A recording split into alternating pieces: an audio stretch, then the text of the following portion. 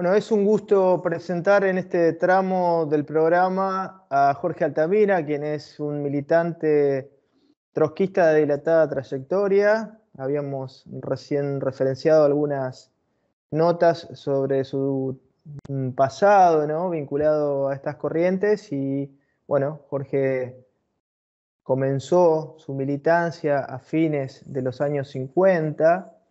Así que tiene toda una historia de trabajo en este sector político. Hoy está, digamos, representando a Política Obrera, que es un espacio que está trabajando con, por supuesto, con las clases populares, y en este caso lo hemos convocado en este momento a Jorge para charlar sobre el cuadro internacional del capitalismo, ¿no? Porque es interesante poner blanco sobre negro desde la mirada, por supuesto, del trotskismo o de Política Obrera en este caso, sobre la situación del capitalismo global en este momento, la situación del imperialismo, las guerras interimperiales. Bueno, hay un cuadro de una complejidad enorme. Jorge, ¿cómo anda?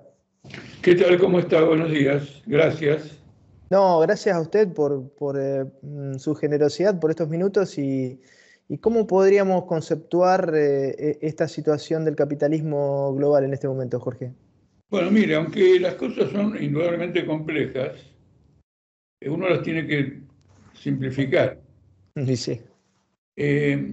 Ocurre lo siguiente, en la disolución de la Unión Soviética, como el restablecimiento del capitalismo en China, no ha completado las aspiraciones del capitalismo mundial. Estos dos fenómenos abrieron para el capitalismo mundial un área de desenvolvimiento capitalista fabuloso, porque lo que antes eran empresas estatales y una economía que no se podía llamar de mercado, las dos se transformaron en economías de mercado. Y en el caso de la Unión Soviética, numerosas repúblicas que integraban la Unión Soviética se separaron y Rusia quedó como una federación independiente de las otras repúblicas.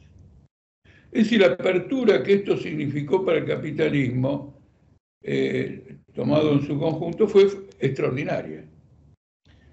Acá quiero señalar algo que hay que tener en cuenta. Con anterioridad a estos procesos, pongámosle en los años 50, en los años 60, en la fila de la Cuarta Internacional, se señalaba por anticipado que la apertura de China y de la Unión Soviética era absolutamente necesaria para el capital mundial si quería mantener un ritmo de acumulación capitalista y evitar una crisis estratégica. Es decir, había una anticipación.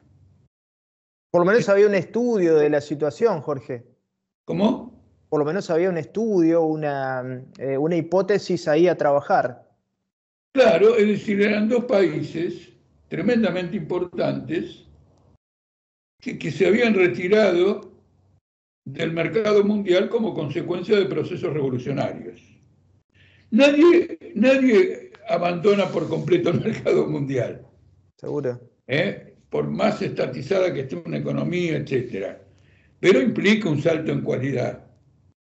¿No es cierto? Tener una economía estatizada después de haber expropiado la clase capitalista de ese país y haberse producido revoluciones absolutamente gigantescas, porque en un territorio de 21 millones de kilómetros cuadrados, la clase obrera de Rusia, en aquella época del zarismo, había tomado el poder, y en China se produjo una revolución fundamentalmente campesina de proporciones inimaginables, después de varias guerras, etc. Entonces la recuperación de esos mercados y de esa influencia política era fundamental. Y eso el capitalismo lo obtiene a través de una política de presión económica. Esto también se había anticipado en la fila del trotskismo. Yo diría que en forma absolutamente extraordinaria, porque ya en el comienzo de la revolución en Rusia, después de la victoria de la revolución, su dirección tenía conciencia que si se mantenía aislada durante mucho tiempo frente a la economía capitalista mundial, la presión de la economía capitalista mundial iba a producir una restauración del capitalismo. Naturalmente los medios pacíficos no funcionaron y tampoco funcionaron los medios militares cuando Alemania con Hitler invadió la Unión Soviética, tampoco funcionaron. Pero de todos modos, este problema quedó planteado y a través de una intensa presión económica, explotando las dificultades de desarrollo económico de naciones aisladas del comercio mundial, se produjo esta restauración capitalista que en el caso de Rusia fue explosiva. Jorge, perdón que lo interrumpa.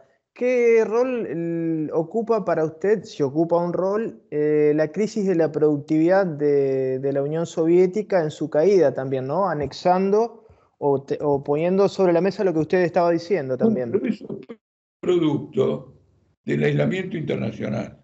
Claro. ¿Por qué? Porque todo el régimen autárquico tiene dificultades enormes, yo diría infranqueables, para superar la productividad de naciones que ya eran muchísimo más desarrolladas. Claro. Y Rusia era extraordinariamente atrasada.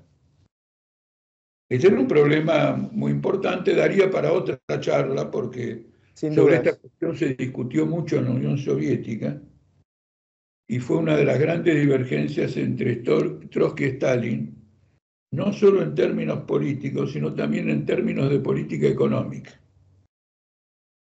Lo que proponía Trotsky, que además estaba a cargo de la economía, era muy diferente a lo que proponía Stalin, y eran dos visiones del futuro y del mundo en general completamente opuestas.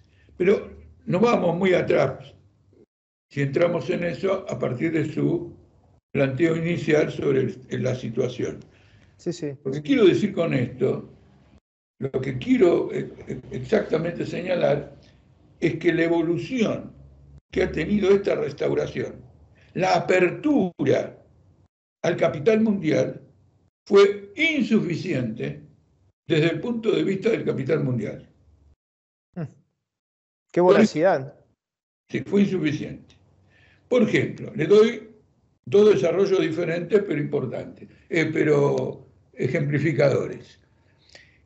Rusia en el año 1997, luego de haber producido la privatización más grande de toda la historia mundial, porque rifó todas las empresas estatales en beneficio de una oligarquía, en el lapso de meses, en el año 1997 estaba al borde de la disolución económica y estaba al borde de la disolución nacional. Por ejemplo, en el año 1997 la bolsa de Moscú quebró en forma extraordinaria y se produjo un nivel de desvalorización monetaria que obligó a introducir patacones en Rusia. Hubo los municipios, los estados de la federación emitían moneda porque la liquidez se había esfumado, el rublo no existía más como moneda. Claro.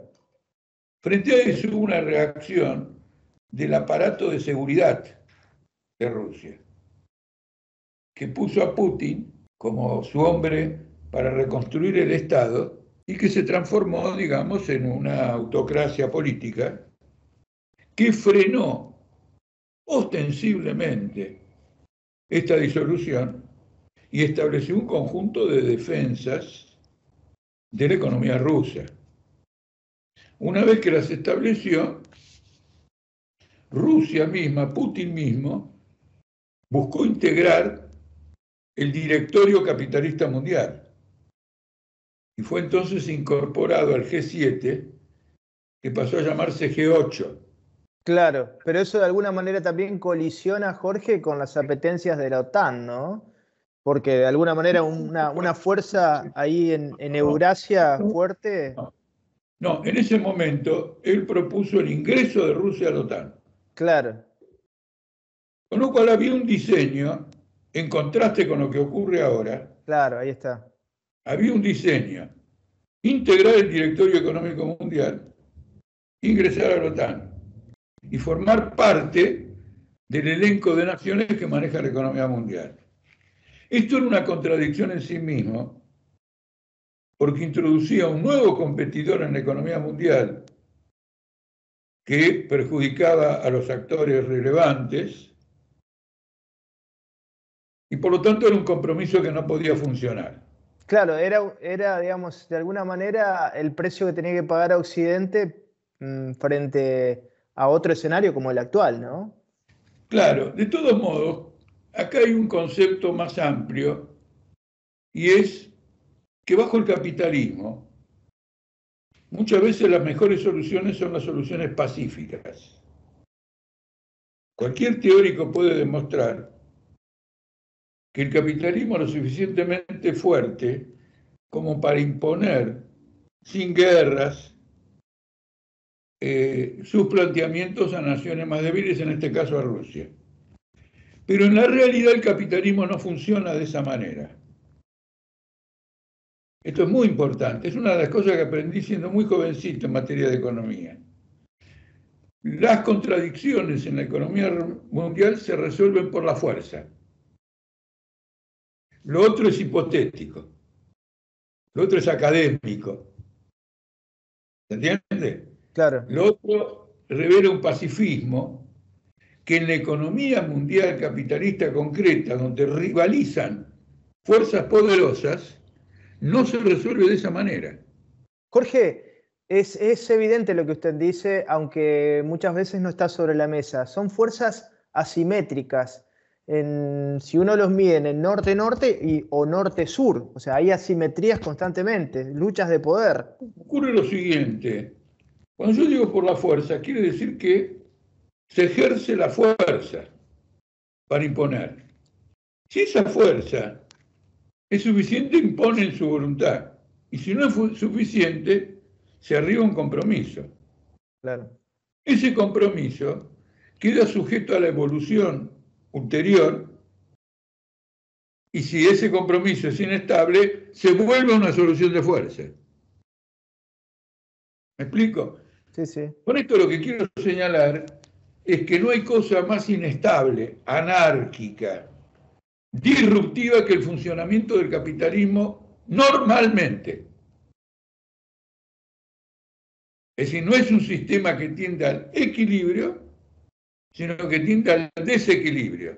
El equilibrio es episódico entre una fase de desequilibrio y la siguiente fase de desequilibrio. Y se puede ver en la historia. Gran Bretaña era la potencia imperialista absolutamente dominante y después de un periodo pasó a ser Estados Unidos. Pero Claro. para eso, la humanidad perdió 200 millones de personas en dos guerras mundiales. No es un Entonces, detalle menor. la idílica del capitalismo. Claro. Me doy cuenta, leyendo los diarios y todo lo demás, hay mucha gente, que el presidente que tenemos ahora, no tiene ni idea. Es una, es un tiro al aire, no tiene idea del proceso real. Y luego incorpora Milei a la Argentina, la mantiene como aliada extra-OTAN y busca intervenir en la guerra de Ucrania a través de cadenas de producción y de valor que fomenta Estados Unidos. Entonces es una hoja al viento, en el caso del presidente argentino, que se lo llevan puesto los grandes intereses económicos. Sin duda, Jorge, pero antes de entrar en la Argentina, El antes de caso de... ingresar en la perdón, pero Sí, le estaba intentando volver a plantear, digamos, antes de ingresar a Argentina, que vamos a llegar seguramente, usted se estaba refiriendo a la salida del socialismo y estos reacomodamientos del capitalismo, Rusia, China. Bueno, es interesante seguir mapeando esto para tener claro cuál es la situación del capitalismo global hoy en general, ¿no? Después vamos a llegar al sur. No, pero por eso le digo, ahora tomemos el caso de China. China fue una salida fantástica para el capitalismo mundial. El Claro. capitalismo mundial gozó de 15 o 20 años de estabilidad por lo que compraba y vendía de China. Amplió el mercado mundial a 1.400 millones de personas. Sí, a veces se pasa por alto, Jorge, el acuerdo entre Mao y Nixon, ¿no? Como si hubiera sido algo irrelevante, algo... Fue clave. Ese acuerdo fue absolutamente clave, interpretado en su momento como una tentativa de dividir a Rusia de China, Claro. inauguró una nueva etapa. Creo que quiero señalar que nosotros mismos,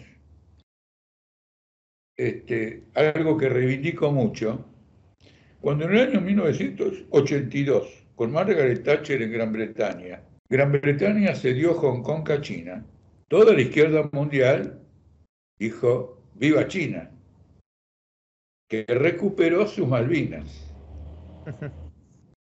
¿Entiendes o no? Los Sí, sí. únicos que no dijimos eso, sino que dijimos lo contrario, fuimos nosotros. Porque lo que nosotros dijimos fue lo siguiente.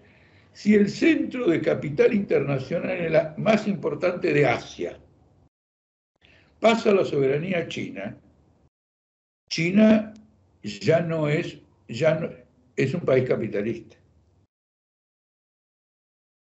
Es Pero decir, es Thatcher, una, Jorge, perdón, es una interpretación de sentido común, ¿no? Nunca un no, imperio, en este caso no fue Inglaterra, interpretación ni de la izquierda, ni de la derecha, ni del centro. Fue la nuestra.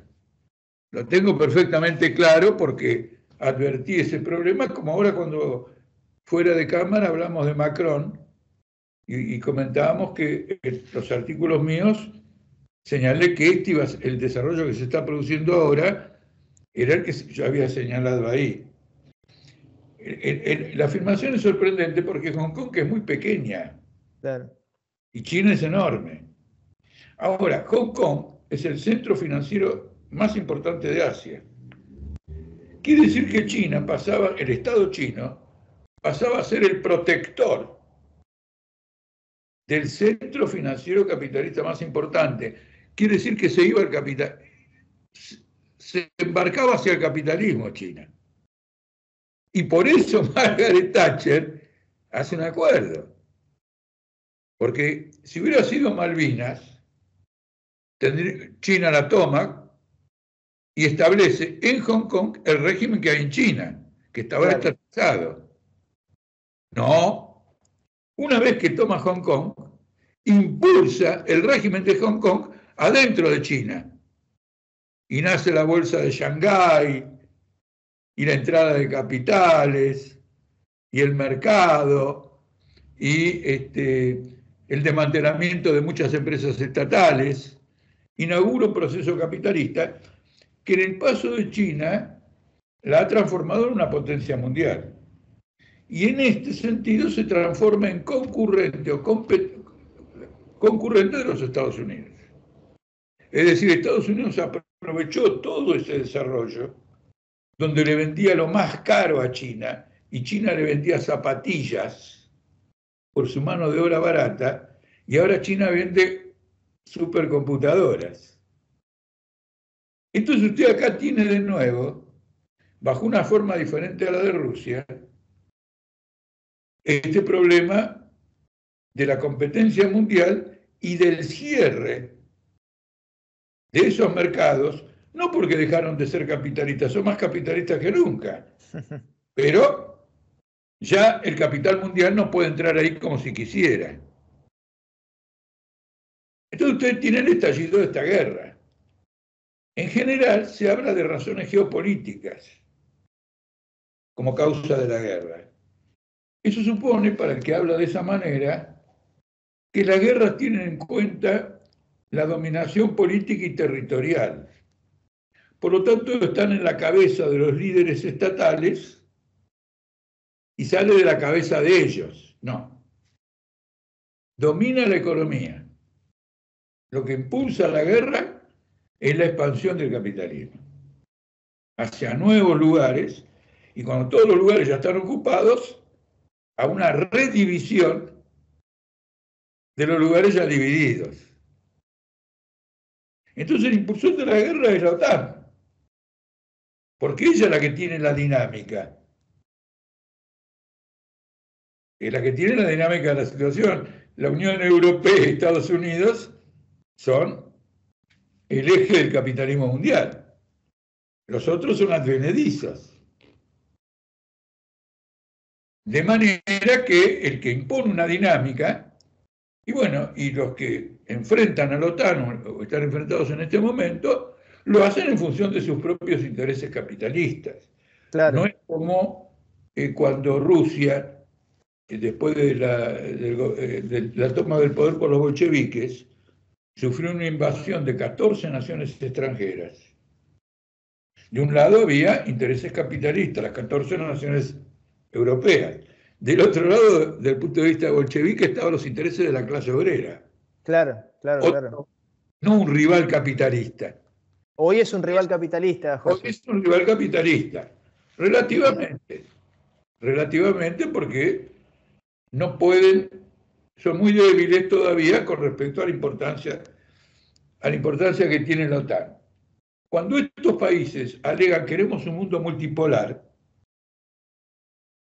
no estamos en contra de Estados Unidos, dicen, no estamos en contra de nadie, solamente queremos que todos juguemos con las mismas reglas.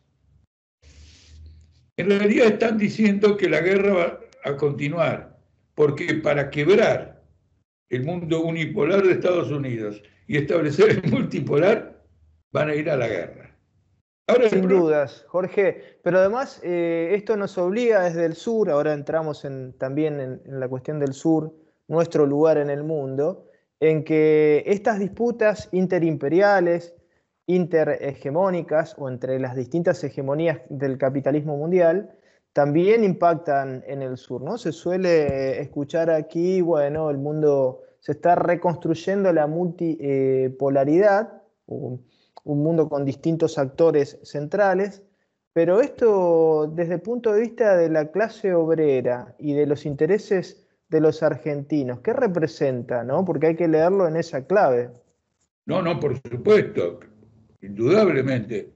El valor de interpretar una situación mundial, cuando se trata de la política nacional del país de uno, es no cometer el error del provincialismo, juzgar los acontecimientos internos en el marco de las fronteras nacionales. El que hace eso se equivoca, ¿no es cierto? Con Milei, Argentina ingresa al bloque de la guerra. Este es el punto. A diferencia de Brasil, donde Bolsonaro quiere ingresar al bloque de la guerra, y Lula no se quiere pelear con nadie, no es que sea, pero quiere mantener la neutralidad. Es curioso porque en la Segunda Guerra Mundial Argentina fue neutral, sí, sí, y Brasil ingresó con los aliados. Y ahora nosotros vamos con los aliados y Brasil intenta mantenerse neutral, porque Brasil perdería toda su autonomía económica, ha crecido. Mire, Brasil es la sexta potencia mundial, Gran Bretaña la novena. ¿Qué tal? Hoy, desde el punto de vista del peso económico, Brasil es más importante que el imperialismo de Su Majestad, aquel 2 siglos de dominación inglesa implacable. Sí, sí. Es muy interesante. Ahora, quiero colocarle para cerrar esto, cómo se enlaza toda esta situación de guerra. Estamos en una guerra mundial, lo dijimos el día que Putin invadió. Porque, a ver, es muy sencillo. Si estás invadiendo, quiere decir que todos los puentes de negociación no funcionan. Se dirime por las armas. Y se van a dirimir por las armas entre Rusia y China de un lado y la OTAN del otro, es una guerra mundial.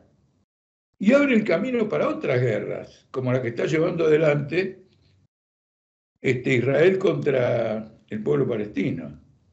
Claro. También en África, donde Rusia ha apoyado varios golpes militares nacionalistas para sacar de África tanto al imperialismo francés que domina esa región, al sur del Sahara, y a Estados Unidos. Entonces, el conflicto que hay ahora es el siguiente. ¿Esto va a terminar en una guerra atómica? Es decir, ¿a dónde nos conduce esto?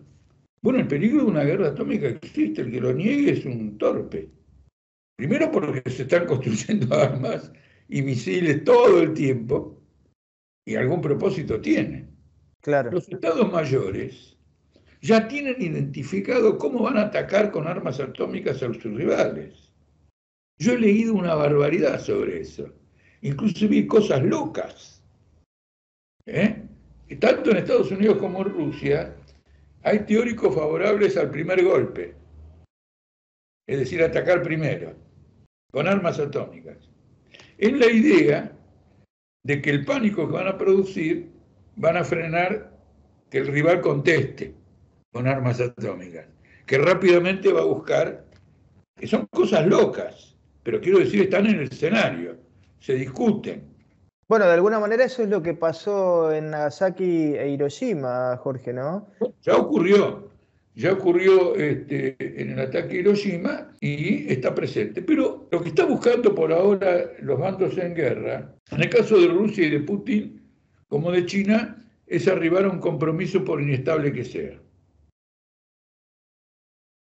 Pero en el caso de Biden, de los demócratas, de los conservadores británicos, de los laboristas británicos, bueno, del conjunto de la Unión Europea, quieren repetir lo de Reagan. Te voy a acosar tanto militarmente que vas a quebrar económicamente. Y cuando quiebres económicamente, vas a quebrar políticamente.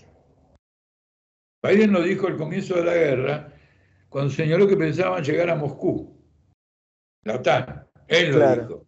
Y lo dijo en un discurso en Polonia ante formaciones militares norteamericanas. Tropas norteamericanas que se encontraban en Polonia. No quiso decir que va a llegar el ejército norteamericano a Moscú. Lo que quiso decir es que va a provocar una crisis de régimen y crear una situación en que los sectores más pro-OTAN dentro de Rusia, más preocupados por sus negocios particulares que por el fenómeno general, lleguen a un acuerdo. Estados Unidos tiene una... Déjeme decirle esto. Estados Unidos, sí, por favor, como la mayor parte de los países desarrollados, tienen grandes burguesías nacionales que se desarrollaron al cabo de 300 años e instalaron todo un régimen social vastísimo. En Rusia no es así. La burguesía rusa, o la oligarquía rusa, tiene 20 años de vida. No tiene los pies en su país, no tiene raíces. Y lo prueba el hecho de que tiene más plata invertida en la bolsa de Londres que en Rusia. Es una burguesía semicolonial. Putin en ese sentido busca elevarse por encima de ellos para defender el contexto ruso unificado. Pero si es por la oligarquía son capaces de vender a Rusia por partes. Ahora, esto que usted estaba mencionando recién respecto a la estrategia norteamericana, repitiendo la lógica de Reagan, bueno, estaba presente ya en los esbozos de Brzezinski y de Kissinger, ¿no? Esta idea, por eso le mencionaba a Jorge, llegar a esta crisis de productividad, ¿no? Porque van acorralando a sus rivales, los van metiendo en un gasto y en una inercia militar que es insostenible en el tiempo. Sí, pero la cosa ahora no es como era antes. Ahora el que tiene la crisis de productividad es Estados Unidos. ¿Por qué? Entonces, porque ocurre lo siguiente, es verdad que invierten en algunas ramas. Considerado de conjunto la inversión en Estados Unidos es mínima. Porque la infraestructura norteamericana está quebrada, los caminos, los puentes. no han invertido nada. En un cálculo de cuánto crece el Producto Bruto o en un cálculo del Producto Bruto Interno, usted tiene que restarle la amortización del capital. Se llama Producto Bruto porque usted no descontó la amortización. Claro. Cuando usted descuenta la amortización es Producto Neto Interno. El Producto Neto Interno en Estados Unidos es negativo, es decir, es decreciente. Cuidado, no invierte. No hay que dejarse engañar por las operaciones de bolsa, porque es verdad que el capital puramente financiero y especulativo, que era la mitad de la inversión del Producto Bruto en los años 50, hoy es 6 veces el Producto Bruto. Entonces hay un reclamo a volver al capital industrial. Entonces, el avance del parasitismo económico, que es cuando crece el capital en dinero mucho más que el capital efectivamente aplicado a la producción, eso es parasitario, afecta enormemente a Estados Unidos. Estados Unidos tiene una deuda pública del 120% del PBI.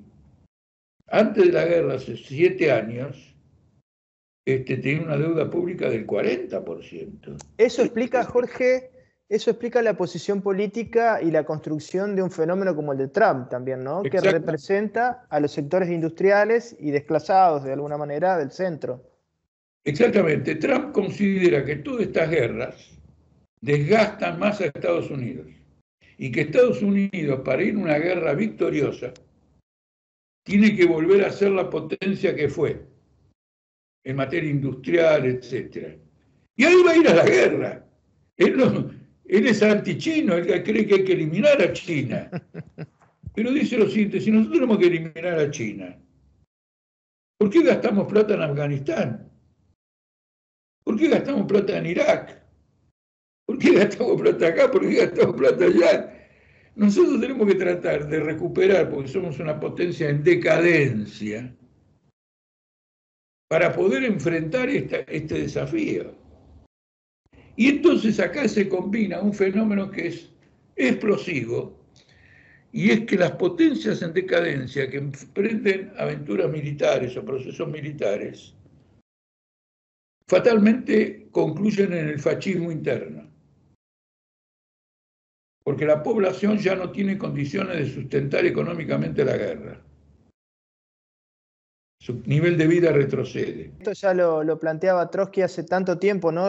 Cómo el capitalismo opresivo, puertas adentro, tiene unas características en este sentido, en esta línea que usted está marcando, que es distinto al capitalismo periférico. Que atribuye a la gente, no, lo que pasa es que el pueblo se está yendo al fascismo, a no sé qué historia. No, tiene esta raíz histórica.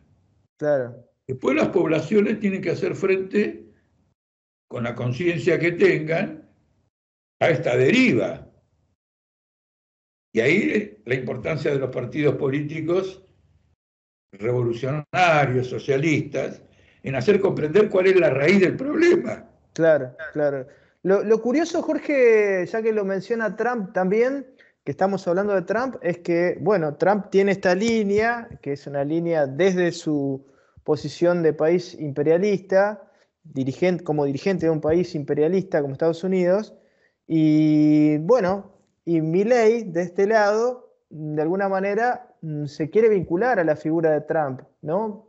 Trump, que es industrialista, que va por la economía real, la recuperación de la economía real de su país, felicita a Milei, ¿no? Que es, desde el punto de vista de la economía interna, lo contrario, ¿no? Porque es la especulación pura, es redoblar toda la economía especulativa, ¿no? No, eso es relativo. En realidad, Trump tiene para esta campaña electoral, ha presentado un programa que es un calco del de Milei, porque para industrializar quiere llevar el impuesto a las ganancias de la industria a casi cero. ¿Me explico? El que paga el pato es la clase obrera de la industrialización que quiere Trump. Claro. Ahora, usted puede hacer eso. Estados Unidos podía hacerlo. pero ahora tiene una deuda pública del 100%, del 120% del PBI, y una parte importante de esa deuda está en manos de los rivales de Estados Unidos. De China, por ejemplo. Por ejemplo, de China. Entonces mañana, si la cosa se rompe, China le clava la deuda, pierde plata a China, pero hunde el dólar. Y eso sería un factor de guerra. Hay dos cosas que son factores de guerra que ya se han explicitado. Porque aunque parezca mentira, las potencias se dicen entre ellas, si vos pasás de esta raya, yo te hago la guerra. Por ejemplo, Inglaterra, que dominaba el comercio marítimo, le dijo a Alemania en 1910 que el tonelaje de la Armada de Alemania no podía pasar cierto nivel, porque eso significaba, si pasaba ese nivel, significaba la quiebra del monopolio inglés. Y Alemania siguió adelante porque era el país que estaba avanzando. Sí. Y estalló la guerra. Estados Unidos le planteó dos cosas a China. Una, que no puede pasar un determinado nivel en la producción de supercomputadoras o chips, que el monopolio tiene que ser norteamericano, que no va a ceder eso. Por eso es que tanto Trump como Biden procuran bloquear el desarrollo de China en ese aspecto. Y el otro es que no liquide la deuda, porque es un golpe brutal al dólar. Claro. Entonces, el dólar y los chips son dos umbrales que han quedado establecidos, como el tonelaje. Esto no lo digo yo, lo repiten constantemente los diarios como Financial Times, que además cuentan también lo del tonelaje alemán, aquella disputa. No me enteré por el Financial Times, pero cuando lo vi, dije, ya esto se entiende que estamos en aquella situación. Claro. Entonces, como usted ve, acá hay un problema fundamental que hay que plantearse. ¿Vamos a tolerar el asesinato masivo de millones y millones de personas por una disputa capitalista?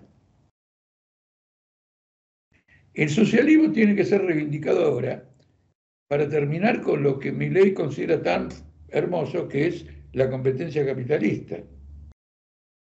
Pero cuando un banco como el Macro le vende los títulos, los pases al Banco Central, le grita y lo denuncia como golpista, cuando lo único que hizo el Banco Macro es comportarse como un capitalista, que es lo que reivindica, lo que Milei pide que todo el mundo haga, que todo el mundo se comporte como un capitalista. Bueno, este se comportó como un capitalista y lo acusa de golpista.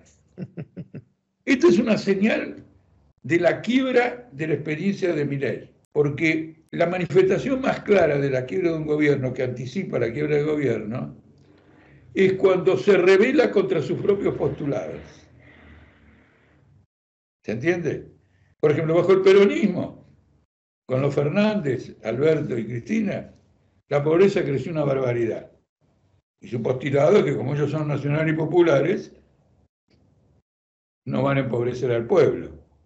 Entonces el pueblo le dio una patada en el culo y le votó en contra ya en las PASO del año 21. Cuando los gobiernos entran en contradicción con sus propios postulados, con aquellos que los llevaron al gobierno, ese es el síntoma, la señal. Sin duda. Claro. La contradicción, ¿no? Son contradicciones muy fuertes en la base social, Jorge, ¿no?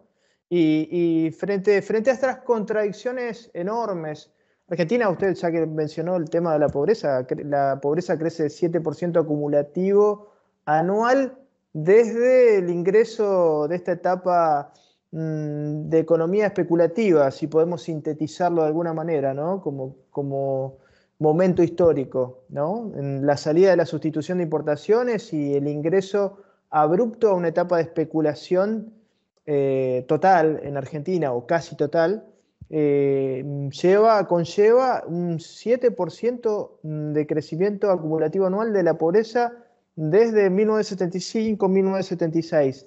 ¿No? ¿Qué etapa está viviendo la clase obrera y qué salidas le ve en este contexto, Jorge, en la República Argentina? No, ahora ya entramos en un aspecto que es complejo, tiene una mayor complejidad porque se trata del problema de que las grandes organizaciones que creó la clase obrera quebraron todas. Quebraron todas por su grado de complicidad o de integración con el régimen capitalista.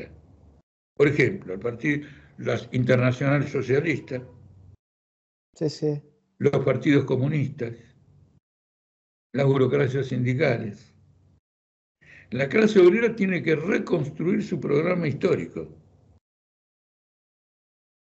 ¿No es cierto?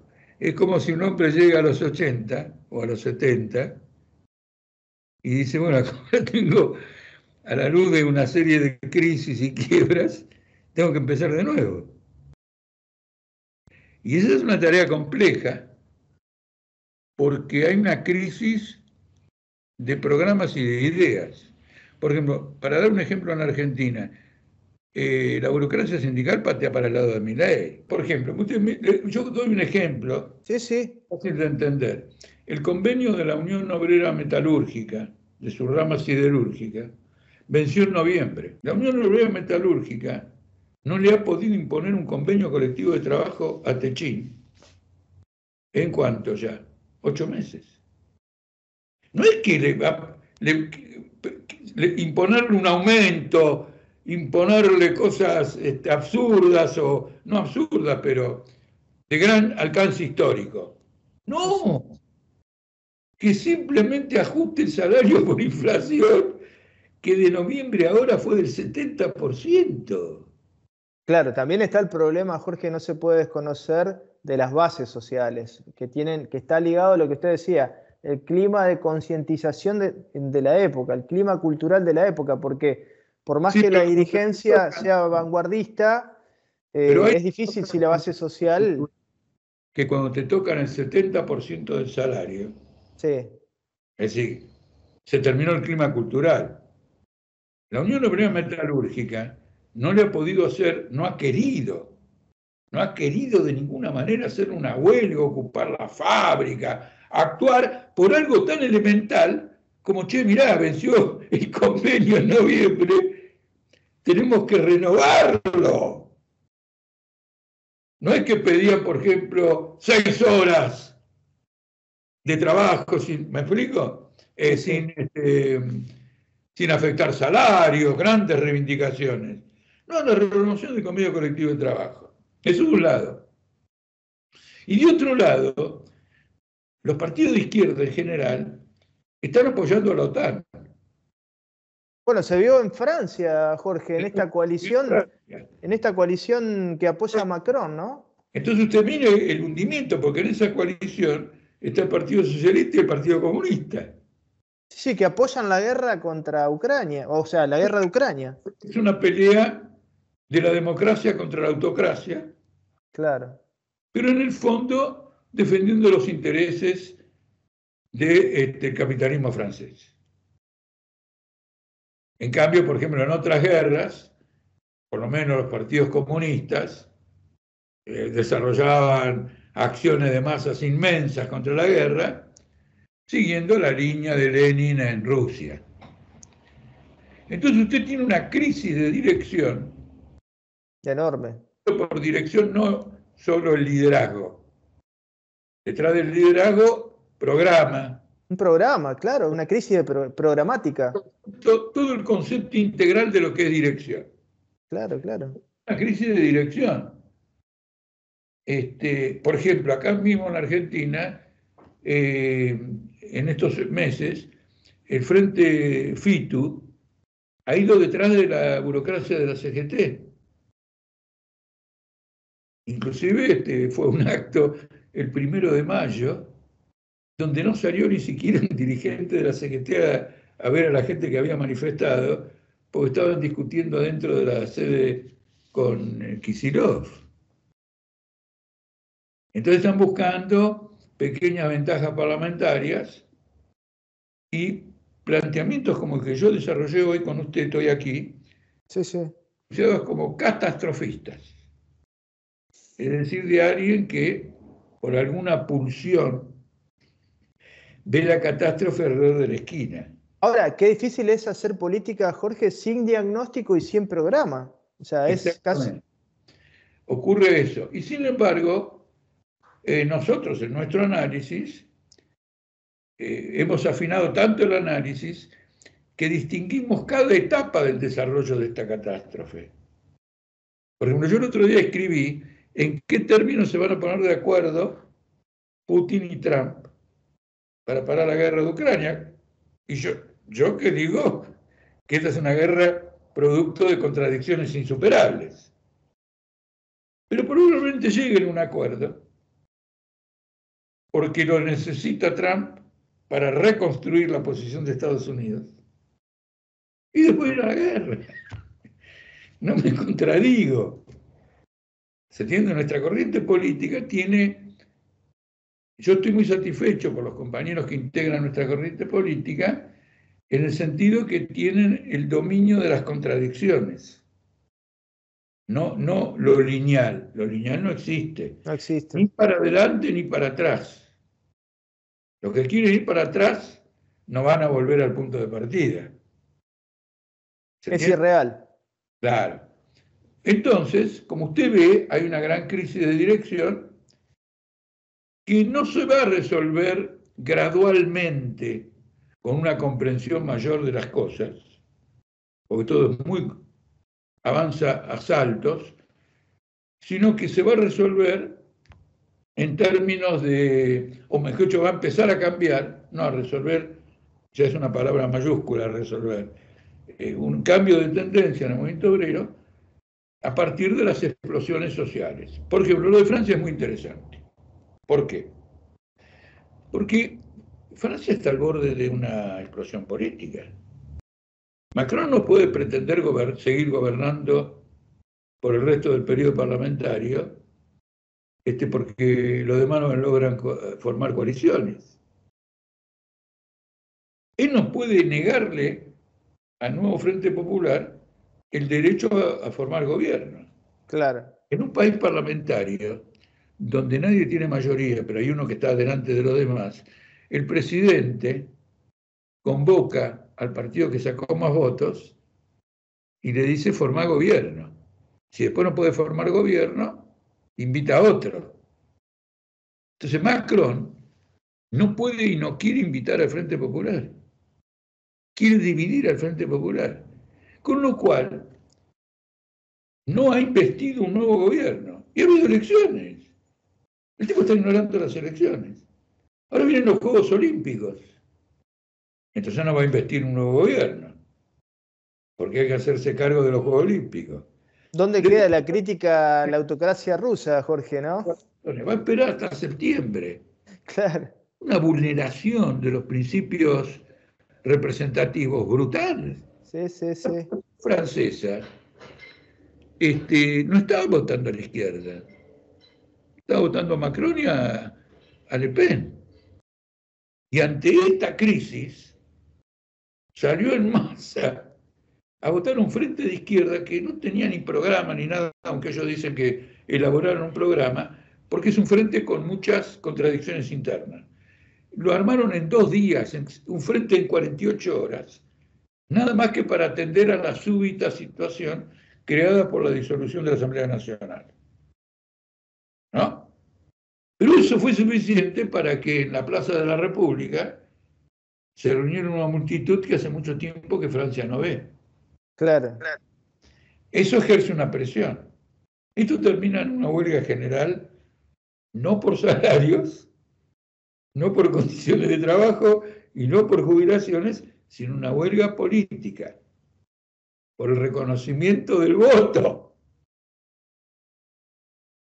Entonces, bien, mire cómo cayó Sunak, en inglés, que le ganó al Partido Laborista.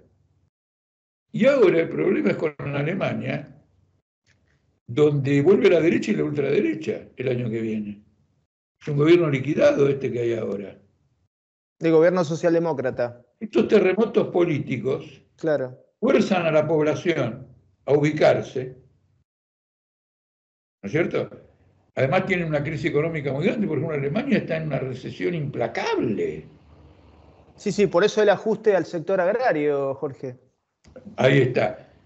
Entonces, como usted ve, hay que reconstruir una dirección del de la clase obrera en un escenario propicio por sus convulsiones, sus contradicciones, a un gran programa. Y bueno, la humanidad encontrará el camino para eso y nosotros ya hemos elegido un camino que exponemos públicamente y que se lee en todo el mundo. Sí, sí. ¿No? Es una tarea súper compleja, Jorge, por supuesto, ¿no? No es sencilla porque también hay que correr de atrás con la caída de Pero lo que usted eso decía. lo hace más, hay una cosa que a veces no se percibe. Hay gente que frente a la adversidad reacciona de un modo diferente, por lo menos al que actúo yo. A mí me incentiva el cerebro. ¿Me explico? Se Sí, sí. complican las cosas y entonces nuestros análisis procuran ir más lejos. Yo recuerdo el 24 de marzo del 76, que habíamos pronosticado que una nueva dictadura en Argentina iba a ser criminal, y nos adaptamos a las condiciones, tomamos nuestros recaudos para no caer bajo la garra de la dictadura, y nuestros primeros textos sobre cómo encarar la lucha contra la dictadura fueron recibidos con un entusiasmo enorme en el exterior de Argentina. Dice, ¿cómo puede ser? Ustedes son ahora más lúcidos que bajo el régimen democrático. Hay que Claro. recoger el desafío. Para eso nos dotaron de un cerebro a los seres humanos. Sí, sí, también depende de la situación material de cada actor, Jorge, ¿no? Porque No, no, el, porque hay colectividades. Mire, Argentina es el país más organizado del mundo. Todo el mundo pertenece a algún lugar en el que hay una actuación colectiva. Desde un comedor popular, una organización social, un partido político, asociaciones culturales, movimientos artísticos. Cuidado, eso es poderoso. Y eso se manifestó en la lucha de las mujeres cuando impusieron el derecho al aborto. Una explosión, un entusiasmo que yo que no soy mujer me volvió loco de entusiasmo. Fui a la manifestación. claro, sí, también ahora salvando las distancias, con la lucha vinculada al tema universitario, Jorge, ¿no? Más allá de los actores políticos subyacentes, había cierta transversalidad allí.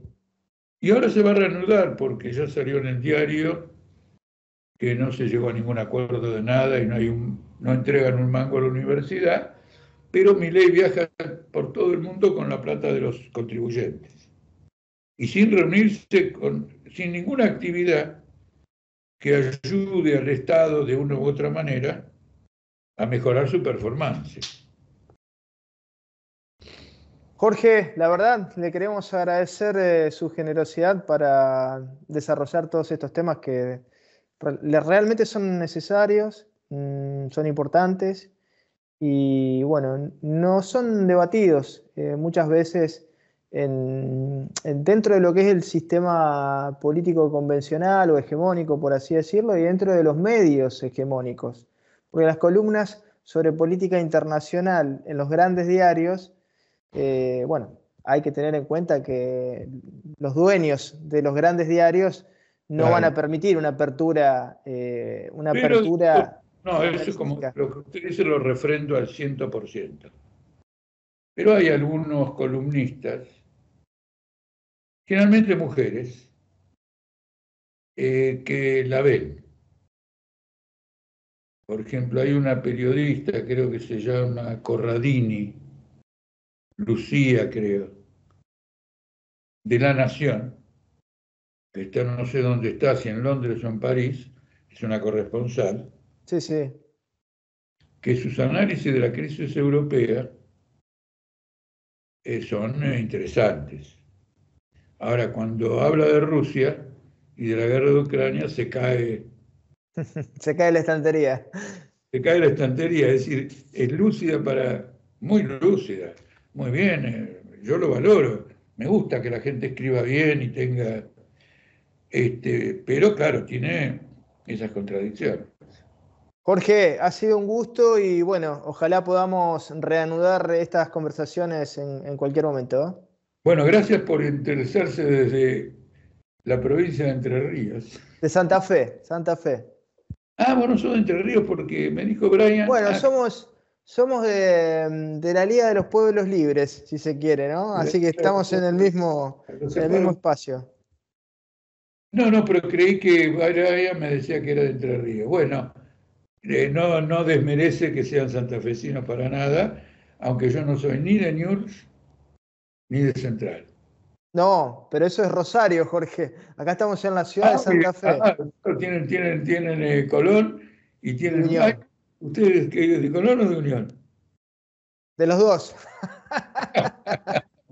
No, en verdad, cuando voy a la capital de la provincia, lo primero que hay es un choque entre los compañeros. Lo primero que veo es que salta la rivalidad entre Unión y Colón, ¿cierto? Es increíble, ¿no? Pero también eso es parte de la política, ¿no? Porque son expresiones culturales, en definitiva, con sus grandes contradicciones y el ingreso de los negocios, pero no dejan de ser expresiones populares por antonomasia, ¿no? Además, que te ves una cosa, hay equipos de fútbol o clubes que han tenido una correcta posición sobre los desaparecidos, sobre el derecho al aborto, y a veces con la desaparición de gente como esta, la de Loan ahora, Sí, sí. que han intervenido y la tribuna los saluda. Así que Milei tiene un problema. Claro, claro, sí, sí, es cierto. Y también la conciencia popular, por ejemplo, lo de Malvinas está muy presente, ¿no? Ningún gobierno puede soslayar que el pueblo, como actor popular, como actor social, también tiene conciencia del tema de la soberanía de Malvinas. Y eso también es interesante, Jorge, ¿no? Es un elemento a ¿No? tener en Claro, cuenta. interesante. Absolutamente. Bueno, un día si quiere hablamos de Malvinas. Seguro, seguro. Le mando un fuerte abrazo y Creo que nuestra corriente política tuvo unos de sus momentos más ricos de intervención. bueno, sería muy interesante esa conversación. Lo dejamos para otro momento y le mandamos un fuerte abrazo, Jorge, ¿eh? Bueno, igualmente. Y que tengas éxito en tu actividad. Bueno, muchísimas gracias.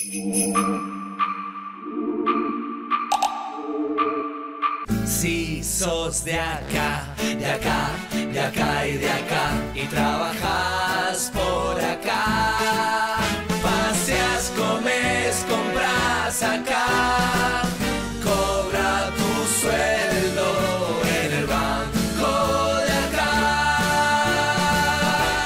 Banco Santa Fe, acá, para vos. Cuando el agua pasa, hay vida, hay relax, hay progreso. Hidroplast, redes e instalaciones domiciliarias e industriales, sistemas de riego, bombas y artículos para piscinas. Si es agua, pasa por Hidroplast. Francia 3020, Blas Parera 6498.